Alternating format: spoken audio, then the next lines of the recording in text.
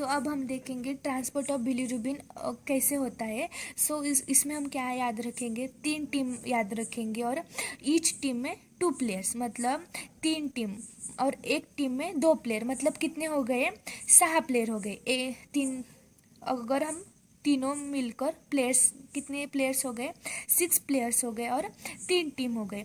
3 team कौन सी, तो first team transport of bilirubin in microphages, मतलब जब माइक्रोफेज हमारे आरबीसी को खा जाता है तब बिलीरुबिन कैसे ट्रांसपोर्ट होता है, वो पहली टीम। उसके बाद है हिपैटिक फेज, उसके बाद है इंटेस्टाइनल फेज। फर्स्ट टीम कौन सी हो गई, transport of bilirubin in microphages.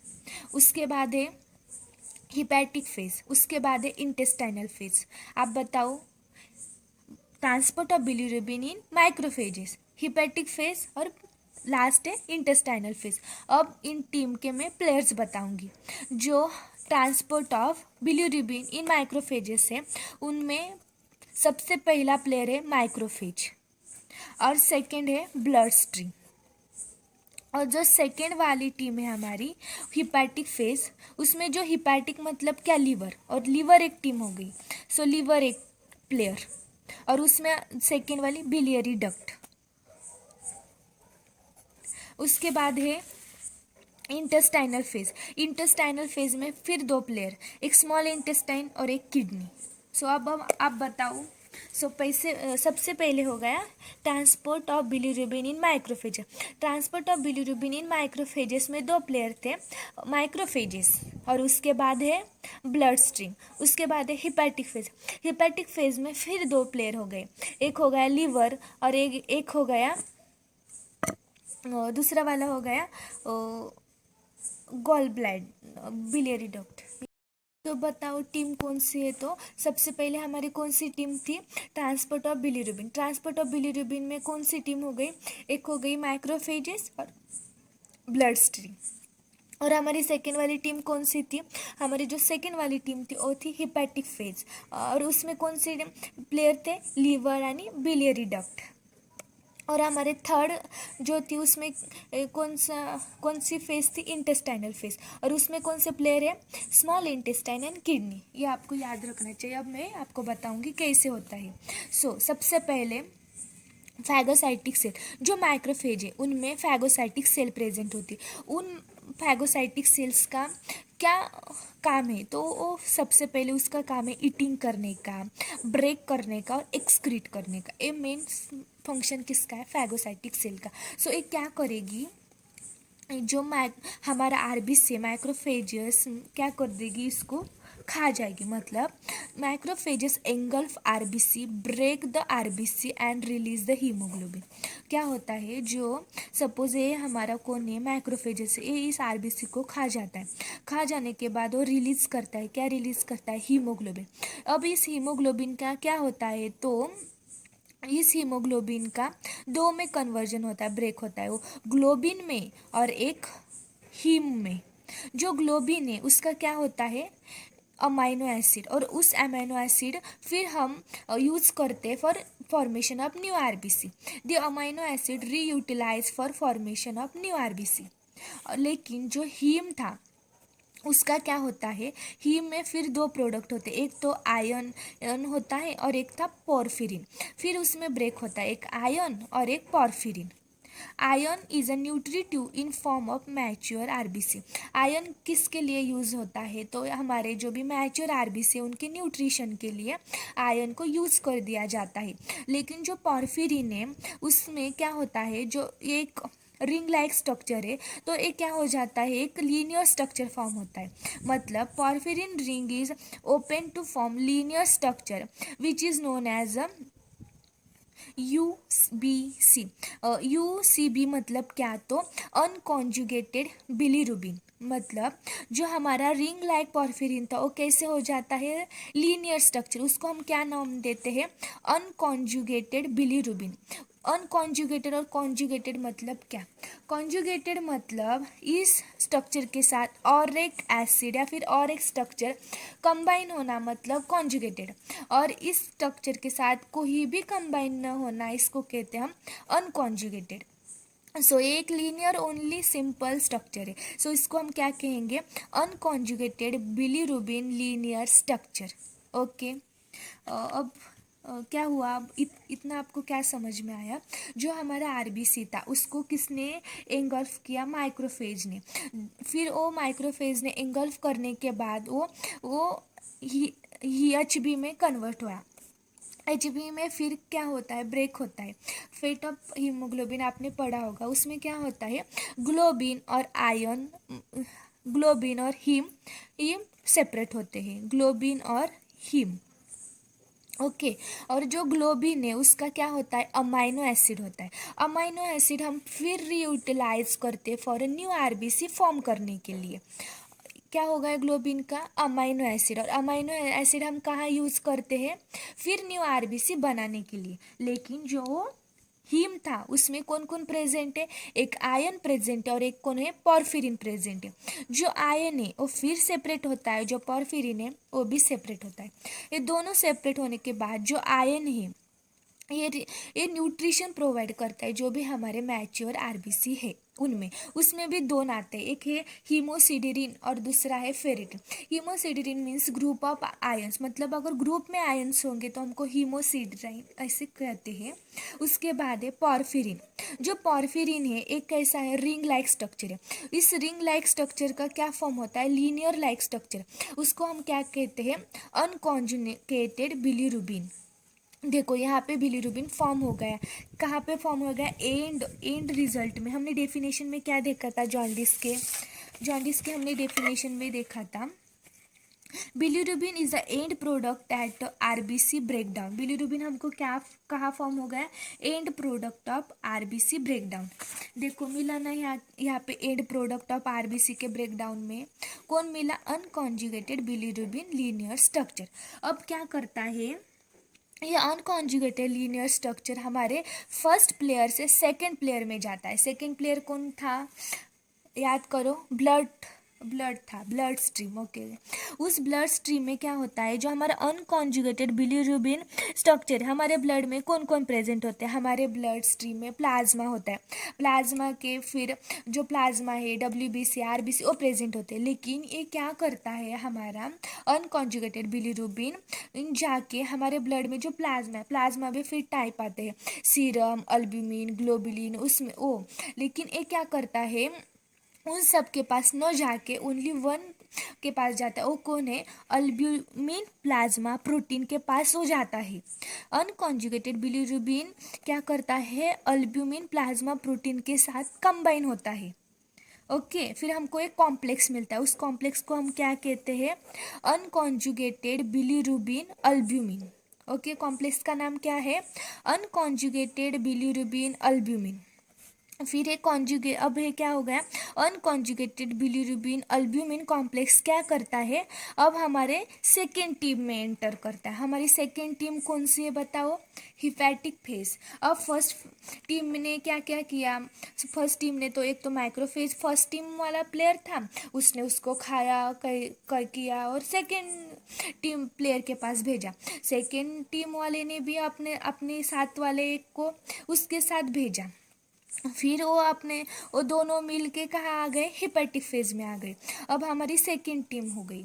अब सेकेंड फेज में कौन दोनों प्लेयर था, एक था लीवर और एक था बिलियरी डक्ट। अब लीवर फर्स्ट प्लेयर का क्या काम है, यहाँ पे वो अनकॉन्जुगेटेड बिलीरुबिन आता है, वहाँ पे क्या होता है, तो जो अनकॉन्जुगेटेड बिलीरुबिन है वो लीवर में आता है। लीवर में आके जो ग्लूकोरोनिक एसिड है उसके साथ वो मिक्स हो जाता है। क्या करता है यहाँ पे, जो यहाँ जब ब्लड स्ट्रीम में आया तो वो किसके साथ मिक्स हो गया, अल्ब्यूमिन प्लाज्मा प्रोटीन के साथ मिक्स हो गया। लेकिन जब वो लीवर के साथ आया तो लीवर में आने के बाद वो लीवर में किसके साथ मिक्स हो गया, ग्लूकोरोनिक एसिड के साथ। किसके साथ, ग्लूकोरोनिक एसिड के साथ। और ब्लड स्ट्रीम में किसके साथ, अल्ब्यूमिन प्लाज्मा प्रोटीन के साथ। ओके, जब वो हिपैटिक फेज में आया तो किसके साथ मिक्स हो गया, ग्लूकोरोनिक एसिड। उस ग्लूकोरोनिक एसिड के साथ मिक्स होने के बाद क्या फॉर्म हो जाता है, हमारा कॉन्जुगेटेड बिलीरुबिन। अब इन दोनों को मिक्स करने के लिए कौन हेल्प करता है, तो उसको एक नाम है, उसको हम क्या कहते हैं, यूरिडीन ग्लूकोरोनोसी ट्रांसफरेज, यूजीटी। हम उसको क्या कहते हैं, सिंपली यूजीटी। यूजीटी उसको हेल्प करता है कंबाइन होने में, किस किस को, ग्लूकोरोनिक एसिड और कॉन्जुगेटेड अनकॉन्जुगेटेड बिलीरुबिन। फिर अब जब ग्लूकोरोनिक एसिड के साथ मिक्स हो गया तो हम उसको क्या कहते हैं, कॉन्जुगेटेड बिलीरुबिन। अब तक आपको क्या समझ में आया, आपको पता चला। जब वो हमारा अनकॉन्जुगेटेड बिलीरुबिन ब्लड स्ट्रीम में आया, ब्लड स्ट्रीम में आने के बाद वो अल्ब्यूमिन प्लाज्मा प्रोटीन के साथ मिक्स हो गया। अल्ब्यूमिन प्लाज्मा प्रोटीन के साथ मिक्स होने के बाद वो उसने लीवर में एंट्री की।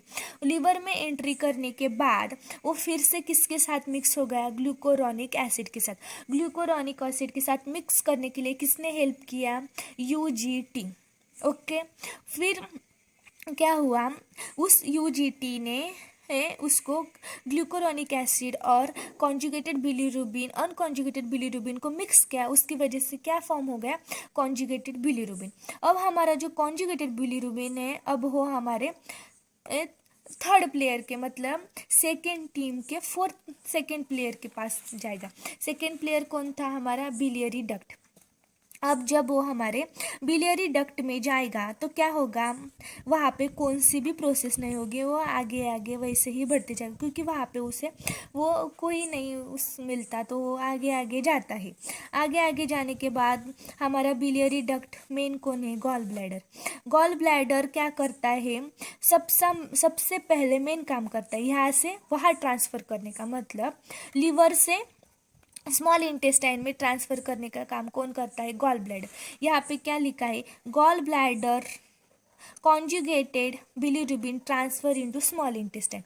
मेन फंक्शन किसका है, गॉल ब्लैडर का। वो क्या करता है, ट्रांसफ़र करता है हमारे कॉन्जुगेटेड बिलीरुबिन को, कहाँ से कहाँ, अपने लीवर से स्मॉल इंटेस्टाइन। मतलब ये कॉन्जुगेटेड बिलीरुबिन को रास्ता दिखाता है, मतलब हमारे जो ट्रांसफ़र की प्रोसेस है उसमें हमको एक भगवान मिल गया, वो कौन है, गॉल ब्लैडर, जिसने उसको रास्ता दिखाया आगे जाने का। बोलते हैं ना, हमको रास्ता दिखाया, यही तो मेन काम है। फिर हमारा गॉड, यहाँ पे एक गॉड मिल गया, वो कौन है, गॉल ब्लैडर। वो क्या करता है, गॉड का गॉल ब्लैडर याद रख देना। वो हमको क्या कर देता है, रास्ता दिखा देता है लीवर से स्मॉल इंटेस्टाइन तक जाने का। अब हमारा कैसे वैसे क्या बोलते, कॉन्जुगेटेड बिलीरुबिन स्मॉल इंटेस्टाइन में आ गई। अब स्मॉल इंटेस्टाइन में बहुत सारे माइक्रोब्स प्रेजेंट है, बहुत कुछ प्रेजेंट है। वहाँ पे आके वो क्या कर, माइक्रोब के साथ आता है, फिर वो कन्वर्ट हो जाता है किसमें, यूरोबिलिनोजेन। फिर अब यूरोबिलिनोजन को फिर दो कंडीशन आते, एक तो आगे बढ़ते रहो किडनी के ऐसे ही आगे आगे, और एक तो ब्लड में एंटर करो। सो ये क्या करता है, दोनों करके देखता है। अगर वो ब्लड में एंटर कर देगा तो क्या होगा, urobilinogen enter into blood, blood will got the kidney for filtration. अगर हमारा यूरोबिलिनोजन अगर किडनी में आ गया तो, सॉरी, पहले ब्लड में आ गया, ब्लड में आ जाए तो उसका हमारा किडनी का मेन फंक्शन क्या है, फिल्ट्रेशन। सो वहाँ बिलिरुबिनोजन का क्या हो जाएगा, फिल्ट्रेशन हो जाएगा। फिल्ट्रेशन की वजह से वो क्या हो जाएगा, एक्सक्रीट हो जाएगा यूरिन के थ्रू। यहाँ आए तो यूरिन के थ्रू एक्सक्रीट हो जाना, अगर डायरेक्ट जाएंगे तो स्टूल के थ्रू एक्सक्रीट होना। कैसे ही जाओ लेकिन एक्सक्रीट तो होना ही। अगर वो किडनी ब्लड में आएगा तो फिल्ट्रेशन के लिए किडनी के पास जाएगा, किडनी में जाके वो एक्सक्रीट हो जाएगा, किसके थ्रू, यूरिन। और उसकी यूरिन कौन से कलर की होगी, येलो। अगर वो स्ट्रेट जाएगा स्मॉल इंटेस्टाइन के ऐसे ही आगे आगे तो यूरोबिलिनोजन कन्वर्ट हो जाता है स्टर्कोबिलिनोजन, और जो स्टर्कोबिलिनोजन है हमको स्टूल में दिखाई देता है। और वो स्टूल कौन सा कलर का होता है, तो वो स्टूल हमारा ब्राउन कलर का होता है। आपको यहाँ पे 2 पॉइंट मिले, जब वो हमारा गॉल ब्लैडर उसको रास्ता दिखाता है, वो स्मॉल इंटेस्टाइन में आ जाता है। स्मॉल इंटेस्टाइन में आने के बाद उसको 2 रास्ते मिलते हैं, एक तो आगे बढ़ते रहो या फिर एक तो ब्लड में आओ। फिर वो क्या करता है, जब वो ब्लड में आता है तो फिल्ट्रेट होता है किसके थ्रू, किडनी के थ्रू, और किडनी के थ्रू फिल्ट्रेट होने के बाद यूरिन से वो एक्सक्रीट होता है। फिर यूरिन का कलर कौन सा होता है, येलो, और जब वो आगे जाता है तो उसका कौन सा फॉर्म होता है, स्टर्कोबिलिनोजन, और जो स्टर्कोबिलिनोजन है वो स्टूल में कन्वर्ट होता है, और स्टूल का कलर कौन सा होता है, ब्राउन कलर। ये सब क्या हो गया, ट्रांसपोर्टेशन हो गया किसका, बिलीरुबिन का। आपको इतना आशा करती हूँ समझ में आया होगा। तो हमने क्या देखा, हमने ज़्यादा कुछ नहीं, ओनली सिंपल ये देखा कि वो ट्रांसफ़र कैसे होते हैं। आप बताओ हमारे कितने टीम थे, 3 टीम थे। एक था transport of bilirubin in macrophage, hepatic phase और इंटेस्टाइनल फेज। अब मुझे टीम बताओ। ट्रांसपोर्ट ऑफ बिलीरुबिन में 2 प्लेयर्स थे। 2 प्लेयर्स कौन थे, माइक्रोफेजेस और ब्लड स्ट्रीम। और जब वो हिपैटिक फेज में गए तो उनको 2 टीम थे, एक था लीवर और एक था बिलियरी डक्ट। अब जब वो स्मॉल इंटेस्टाइन में गए तो उनको फिर 2 टीम मिले, मतलब 2 प्लेयर्स मिले। वो कौन था, सॉरी, इंटेस्टाइनल फेज में गए तो उनको 2 टीम मिले, एक था स्मॉल इंटेस्टाइन और एक था किडनी। जब हमारा आरबीसी कैपिलरी में क्या बोलते हैं स्टक हो गया, तब हम मैक्रोफेज ने क्या किया, उसको एंगल्फ किया। एंगल्फ करने के बाद उसने हीमोग्लोबिन में कन्वर्ट किया। हीमोग्लोबिन के बाद कन्वर्ट करने के बाद उस हीमोग्लोबिन का फिर ब्रेकडाउन हो गया ग्लोबिन और आयन में। जो ग्लोबिन था वो क्या हो गया, अमाइनो एसिड के थ्रू रीयूटिलाइज हो गया, और जो हीम था उसका फिर ब्रेकडाउन हो गया आयन और पॉर्फिरिन। जो आयन था वो फिर न्यूट्रिशन के लिए हेल्प हुआ, लेकिन जो पॉर्फिरिन था उसका फिर लेयर लाइक स्ट्रक्चर बना। जो layer like unconjugated bilirubin structure था वो कहाँ, हमारे सेकेंड प्लेयर में आ गया, वो कौन था, ब्लड स्ट्रीम। वहाँ पे उसका क्या हो गया, अल्ब्यूमिन प्लाज्मा प्रोटीन के साथ वो कंबाइन होगा। इतना याद रखना, ब्लड स्ट्रीम में अल्ब्यूमिन प्लाज्मा प्रोटीन और लीवर में ग्लूकोरोनिक एसिड। ओके, हाँ, जब वो ब्लड स्ट्रीम में आए किसके साथ मिला, अल्ब्यूमिन प्लाज्मा प्रोटीन, और उसके बाद वो कहाँ एंटर कर दिया, लीवर में। जो हमारी सेकेंड प्लेयर थी, जो कौन था, हिपैटिक फेज की सेकेंड प्लेयर लीवर। उसमें क्या हुआ है, जो अनकॉन्जुगेटेड बिलीरुबिन किसके साथ कंबाइन हुई बताओ, तो वो है ग्लूकोरोनिक एसिड के साथ। उसको किसने कंबाइन किया, वो था यूजीटी। ओके, फिर क्या हुआ, हमारी सेकेंड कौन है, बिलियरी डक्ट। उस बिलियरी डक्ट में हमारा कॉन्जुगेटेड बिलीरुबिन वैसे ही चलता रहा। वहाँ पे उसको गॉड मिला। गॉड कौन है, गॉल ब्लैडर।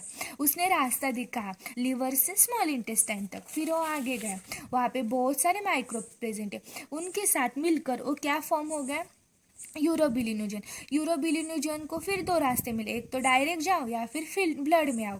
जब वो ब्लड में आए तो किडनी के साथ फिल्ट्रेट होना पड़ा। फिल्ट्रेट होने के बाद वो यूरिन के थ्रू एक्सक्रीट हो गई। फिर यूरिन का कलर येलो। अगर वो आगे जाएंगे तो क्या होगा, स्टर्कोबिलिनोजन, और स्टर्कोबिलिन का कलर ब्राउन, मतलब स्टूल के थ्रू ब्राउन कलर। ये हो गया ट्रांसपोर्ट ऑफ बिलीरुबिन। अगर आपको वीडियो पसंद आई तो लाइक और शेयर करना मत भूलना।